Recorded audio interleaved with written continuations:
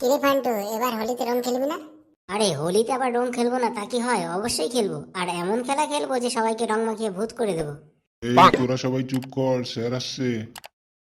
Good morning sir. Good morning sir. Good morning sir. Sir গু গু। কোথায় গো, কোথায় গো? গু আমার গায়ে লাগেনি তো?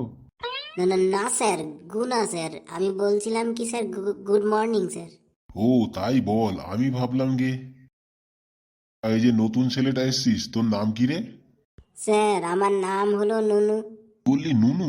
না না স্যার, আমার নাম হলো নুনু নটু। ও তাই বল, আমি ভাবলাম কি।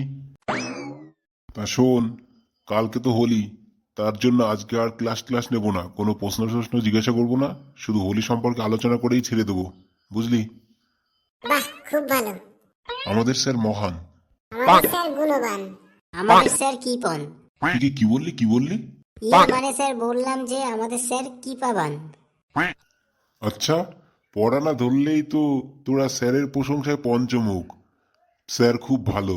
আর পড়া যদি ধরি আর একটু শাস্তি দেই তোদের পড়া না পারলে, তাহলে তো স্যারের গোষ্ঠী উদ্ধার করে ছাড়িস। তা ছাত্ররা, তোমরা হোলিতে কি করবে? কি আর করবো স্যার, ঢাকঢোল বাজিয়ে ধনুচি নাচ করবো। ওরে গাধা, এটা দুর্গা পূজা না যে তুই ঢাকঢোল বাজিয়ে ধনুচি নাচ করবি। এটা হলো হোলি, হোলিতে রং খেলতে হয় রে। স্যার এটা যেহেতু হোলি, তাহলে আপনি কেন গাধার মতো জিজ্ঞাসা করছেন হোলিতে কি করব? হোলিতে নিশ্চয়ই রঙই খেলবো। এর থেকে বরং জিজ্ঞাসা করতে পারতেন হোলিতে আমাদের নতুন কোনো প্ল্যান আছে কিনা। তোদের গোবর মতায় আবার নতুন প্ল্যান? আপনি কিন্তু আমাদের আন্ডার এস্টিমেট করছেন স্যার। আরে ফান্টু আবার ইংরেজিও জানে দেখছি। তা ফান্টু তুই বল, তোর নতুন কোনো প্ল্যান আছে কিনা হোলিতে? স্যার আমার ভালো একটা প্ল্যান আছে স্যার। তাই নাকি? তা কি ভালো প্ল্যান আছে শুনি। এই বছর আমি অর্গানিক খেলি খেলবো স্যার। বাবা বাবা, এ তো খুব ভালো কথা রে। হ্যাঁ sir, no chemical, no artificial, only organic colour. খুব ভালো, খুব ভালো। দেখ বাকি সবাই ফান্টুকে দেখে শেখ। শোন, তোরা কোনো কেমিক্যাল বা আর্টিফিশিয়াল কালার ব্যবহার করবি না এই হোলিতে, বুঝলি? তাতে স্কিন খারাপ হয়ে যাবে। স্যার, স্কিন কি করে খারাপ হবে? আমরা তো সব মোবাইল বাড়িতে রেখেই রং খেলবো। ওরে গাধা, আমি মোবাইল স্ক্রিনের কথা বলছি না, আমি আমাদের স্কিন অর্থাৎ আমাদের দেহের ত্বকের কথা বলছি রে। তাই বলুন স্যার, আমি ভাবলাম অন্য কিছু। এ আর নতুন কি, যেমন তোর বুদ্ধি তেমন তোর ভাবনা। হ্যাঁ ফান্টু, বল বল, আর কি প্ল্যান আছে তোর? স্যার হোলিতে সব থেকে বেশি অপচয় হয় জলের, আর আমি এমন একটা প্ল্যান করেছি এবার হোলিতে রং খেলতে জলও লাগবে না। বাহ বাবা, খুব ভালো, খুব ভালো। আর পিচকারিটাও কি অর্গানিক নাকি? হ্যাঁ স্যার, পিচকারিটা 100% অর্গানিক। বাবা বাবা, খুব ভালো, খুব ভালো। তোর এত সুন্দর সুন্দর প্ল্যান শুনে খুশিতে আমার চোখ দিয়ে জল বেরিয়ে যাচ্ছে রে। আয় মানিকচাঁদ, আমার একটু বুকে আয়। এইটুকু শুনেই আপনার চোখ দিয়ে জল বেরিয়ে যাচ্ছে স্যার? আগে পুরোটা শুনুন, তারপর দেখবেন আর কোথায় দিয়ে কি কি বেরোয়। মানে কি বলতে চাইছিস তুই? মানে স্যার বলতে চাইছি, এমন এমন সব প্ল্যানের কথা বলবো যে শুনে আপনি আনন্দে আত্মহারা হয়ে যাবেন। ও তাই বল, আমি তো অন্য কিছুই ভাবলাম। আচ্ছা, আগে তো পিচকারি সম্পর্কে বলতো, কোন পিচকারি ব্যবহার করবি? পিচকারি তো আমার সাথেই আছে স্যার, মোটা লম্বা পিচকারি। আর এই পিচকারির সব থেকে বড় বিশেষত্ব হলো স্যার, আমার বয়স বাড়ার সঙ্গে সঙ্গে পিচকারিটারও আকার আয়তন বাড়ছে। ফান্টু, এসব কি আজে বাজে কথা বলছিস? উল্টো পাল্টা কথা বললে কিন্তু মেয়েদের পিঠের চাম তুলে দেবো। না স্যার, কোনো আজে বাজে কথা বলছি না স্যার, আমি তো এই বাঁশের পিচকারির কথা বলছি। এই দেখুন স্যার, এই পিচকারির কথা বলছিলাম। তা তোর এই বাঁশের পিচকারি তোর বয়স বাড়ার সঙ্গে সঙ্গে বড় হয় কি করে রে? আসলে স্যার আমি প্রত্যেক বছর তার আগের বছর তুলনায় বেশি লম্বা আর বেশি মোটা পিচকারি বানাই তো, এইভাবে আমার বয়স বাড়ার সঙ্গে সঙ্গে পিচকারির আকার আয়তনও বড় হচ্ছে, তাই বলছিলাম আর কি। তাই বল, আমি ভাবলাম গিয়ে।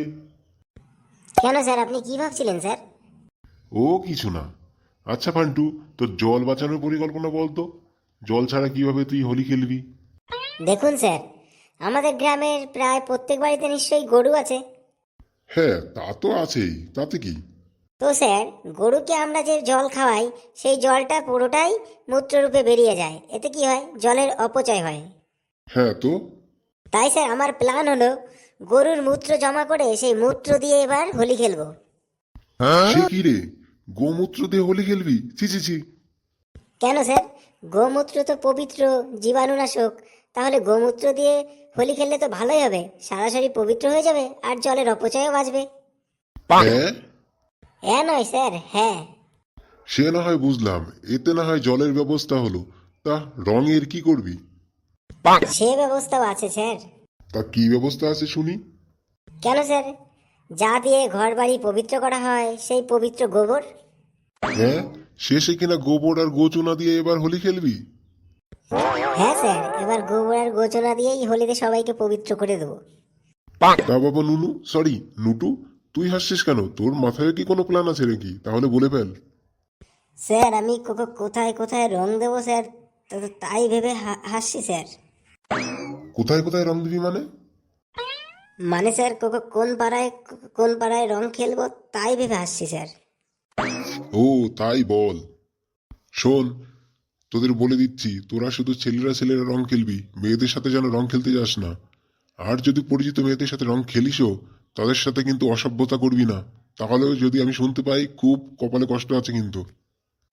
আর নুটু, তুই তো একদমই খেলবি না মেয়েদের সাথে রং, তোর লক্ষণ কিন্তু আমার মোটেও ভালো লাগছে না। না না না স্যার, আমি মেয়েদের শুধু ধরে ধরে দেবো।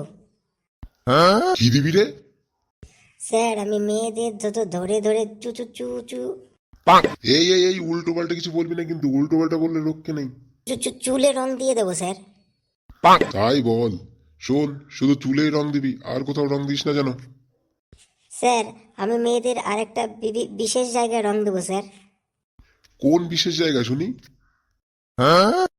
স্যার আমি মেয়েদের দু দু এই এই আবার কি বলছিস? উল্টো পাল্টা বললে কিন্তু রক্ষে নেই বলে দিচ্ছি।